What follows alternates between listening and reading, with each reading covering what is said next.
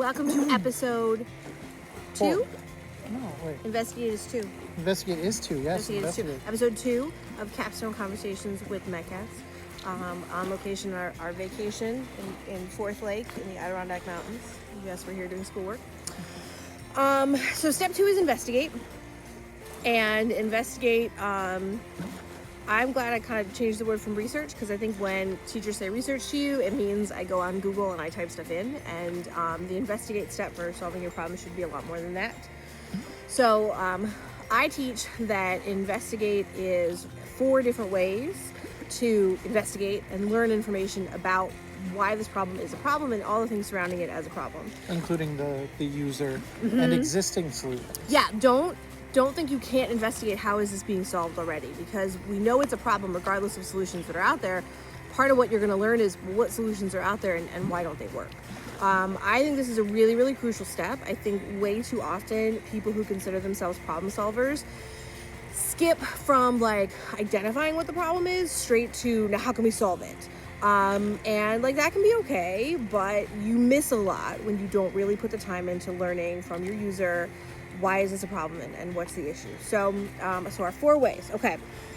First, the way you are most familiar with is research. Okay, it's your Gale resources, it's your scholarly journals, it's web-based stuff, it's using the internet to learn about your problem. And this is a great place to start because it'll help educate you a little bit as you then go do the other types of research, of investigation. For some of you, it's going to be way more important than others.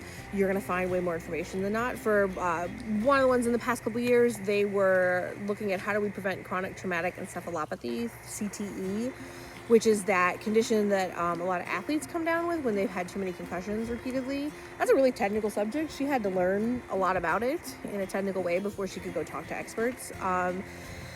Others of you may not need to do any kind of traditional research at all. It really depends, but that's your first. When it comes to citing this, I do expect that anything that was learned in this manner through research is cited in APA format. If you don't know how to do that, ask a question. Google it, research it. Oh, you can Google, you can research how to cite your research. Option 2, and this I think you all need to use, this is an interview.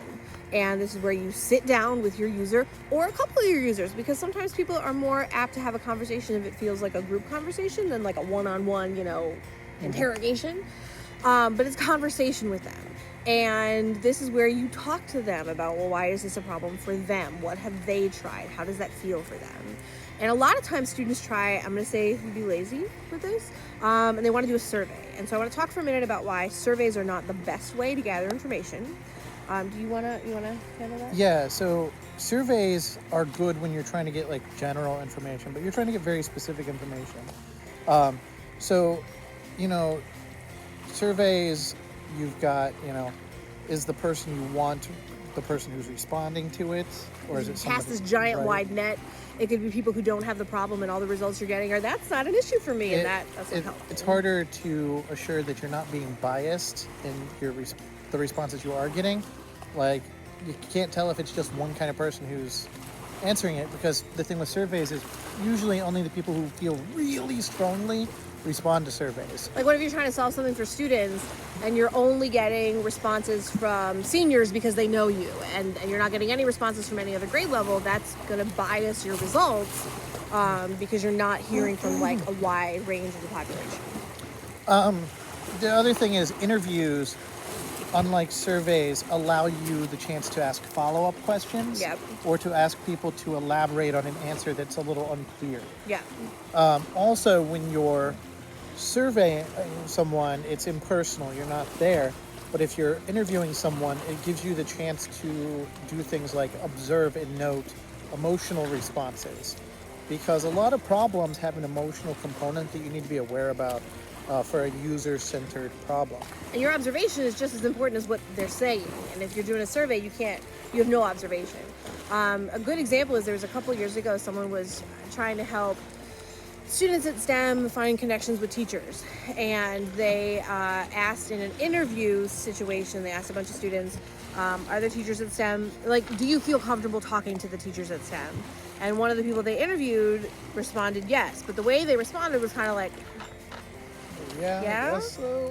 If I'm seeing that in an interview, my takeaway is not that she said yes, that she didn't really feel comfortable saying yes. Like she feels like yes is the right answer, but her real answer is no. You don't get that if it's a survey. Now that's not saying that surveys are like verboten and you can't do one. They're a great way to gather people to interview if you need some and you don't like have a bunch handy. For example, a couple years ago, a student did a project helping people with specialized diets shop in the grocery store, because that can be a challenge if you're shopping and you can't have gluten, or you can't have, I don't know, you're vegan or something. And so she put together a survey and I sent it out to the whole school, and it was really simple. It was name, contact email. Do you have a specialized diet? I think she had like a list of potential ones, and then also other, and then would you consent to being interviewed? And then that's how she got her interview pool.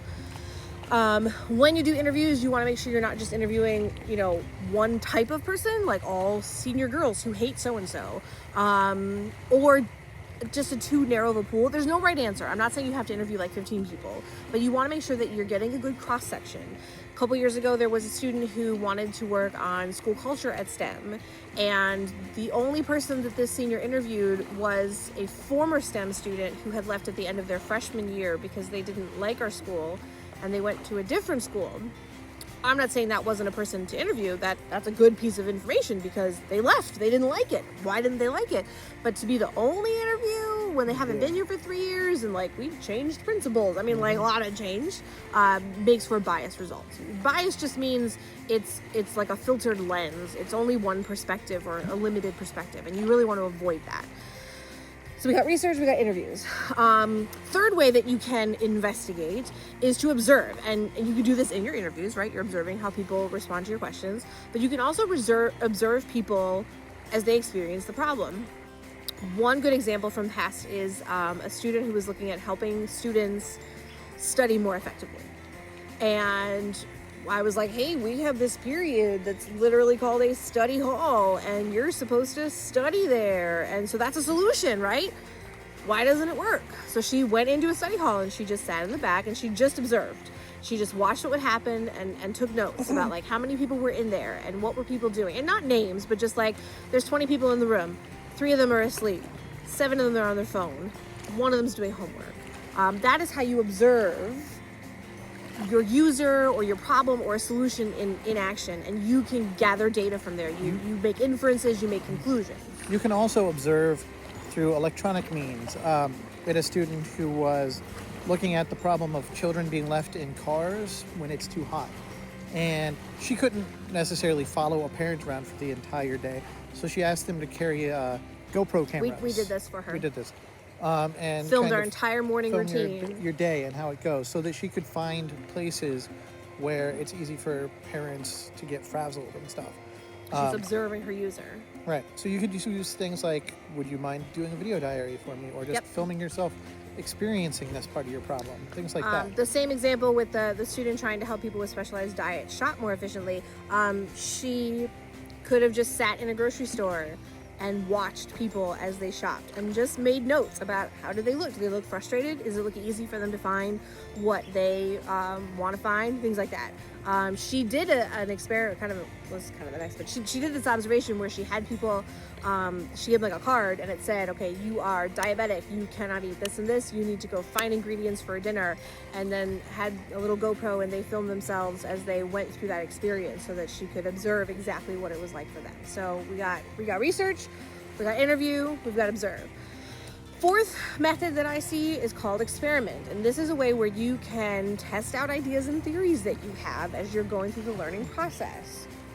Just last year we had a student who was looking at racial sensitivity, and he did an experiment for part of his research where he brought in people of different cultural backgrounds and he exposed them to different terms from different races, and then asked for their feedback on how negative they thought that term was or how positive they thought that term was. This allowed him to get some data on the overall feeling around terminology regarding race. Mm-hmm. Another experiment that someone did years back was they were looking at how do we help students cope with stress at school.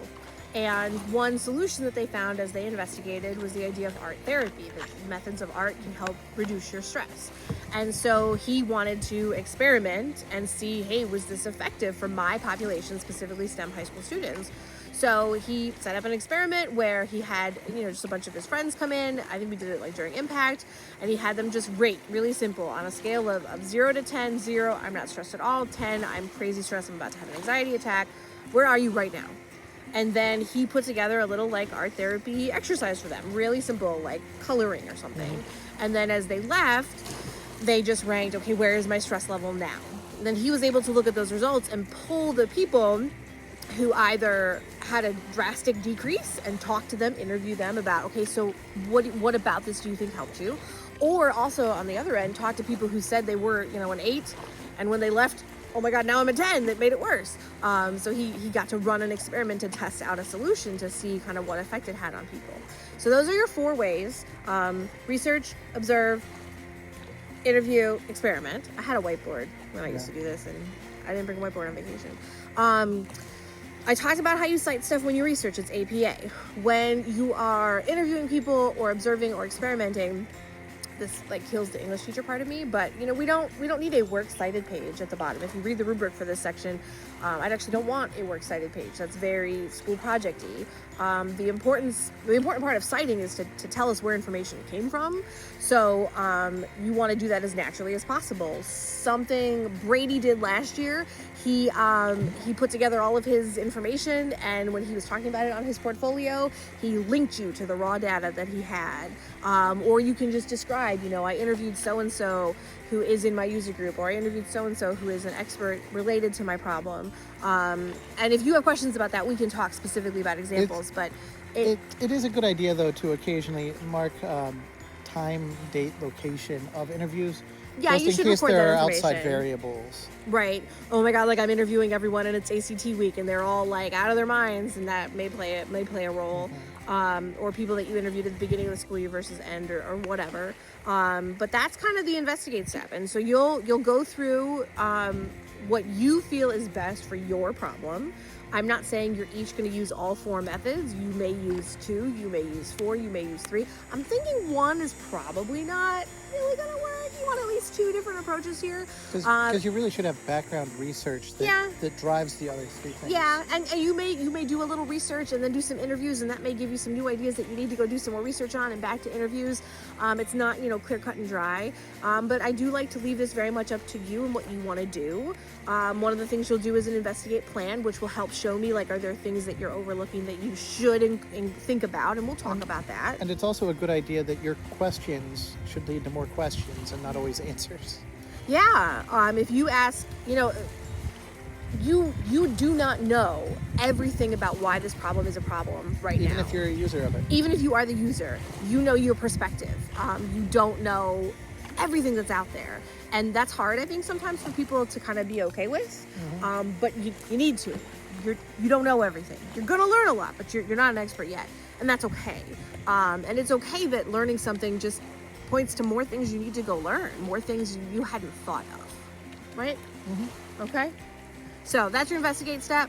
Go learn, go become experts here, and then we'll make some cool stuff with it.